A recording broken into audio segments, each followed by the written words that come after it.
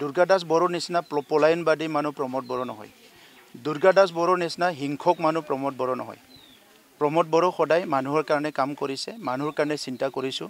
ৰাতিপুৱা প্ৰেয়াৰটো মই সেইটো কৰোঁ আৰু গধূলি প্ৰেয়াৰটোৱে মই মানুহৰ কাৰণে কৰোঁ।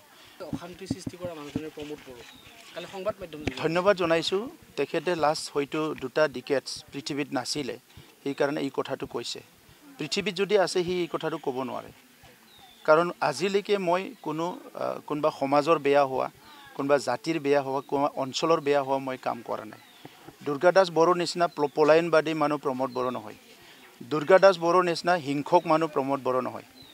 প্ৰমোদ বড়ো সদায় মানুহৰ কাৰণে কাম কৰিছে, মানুহৰ কাৰণে চিন্তা কৰিছোঁ। ৰাতিপুৱা প্ৰেয়াৰটো মই সেইটো কৰোঁ আৰু গধূলি প্ৰেয়াৰটোৱে মই মানুহৰ কাৰণে কৰোঁ। গতিকে দুৰ্গা দাস বড়োৰ গোটেই ইতিহাসটো চাওক। যোৱা 30 বছৰ দুৰ্গা দাস বড়োই কি কৰিছে, কি কৰা নাই। এতিয়া তাতে গুৱাহাটীত দুনিয়াৰ মানে ৱাইনশ্বপ টেনশ্বপৰ টাইকুন হৈ পেলাই খাই আছে। সমাজৰ কাৰণে কিবা কৰিছে জানো? সমাজৰ কাৰণে কেতিয়াবা তেখেতে টোপনি হাৰা হৈছে জানো? ক'ৰবাত মানুহ মৰিছে, ক'ৰবাত বোমা ফুটিছে, ক'ৰবাত ব্লাড ছেড হৈছে, ক'ৰবাত যাই পেলাই সি কিবা কাৰোবাক সকাহ দিছে জানো? ওপৰে টিভিত 10টা কথা ডাঙৰ কথা ক'ব পাৰে। সেইটোতো ৰাজনীতি নহয়।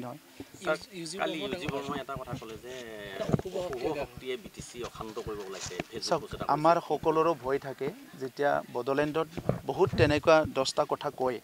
আমাৰ মাজে মাজে ভয় আহে যে আকৌ আগৰ পৰিৱেশলৈ ঘূৰি যাব নেকি।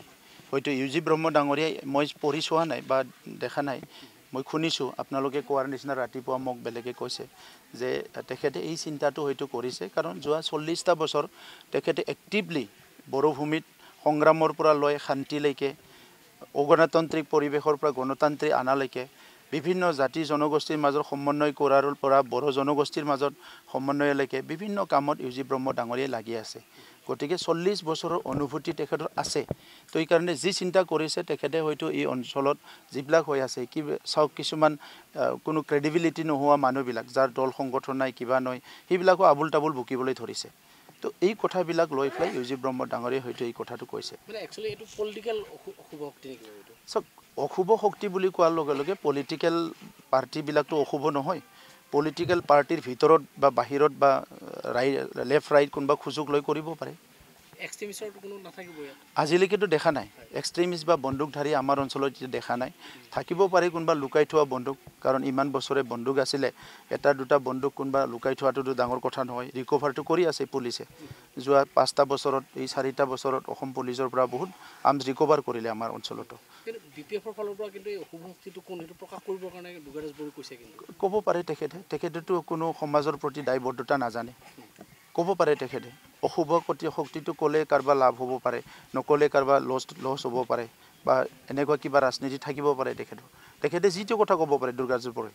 কাৰণ তেখেতৰ বেক চাইডে ভাবিব লগা একো নাই।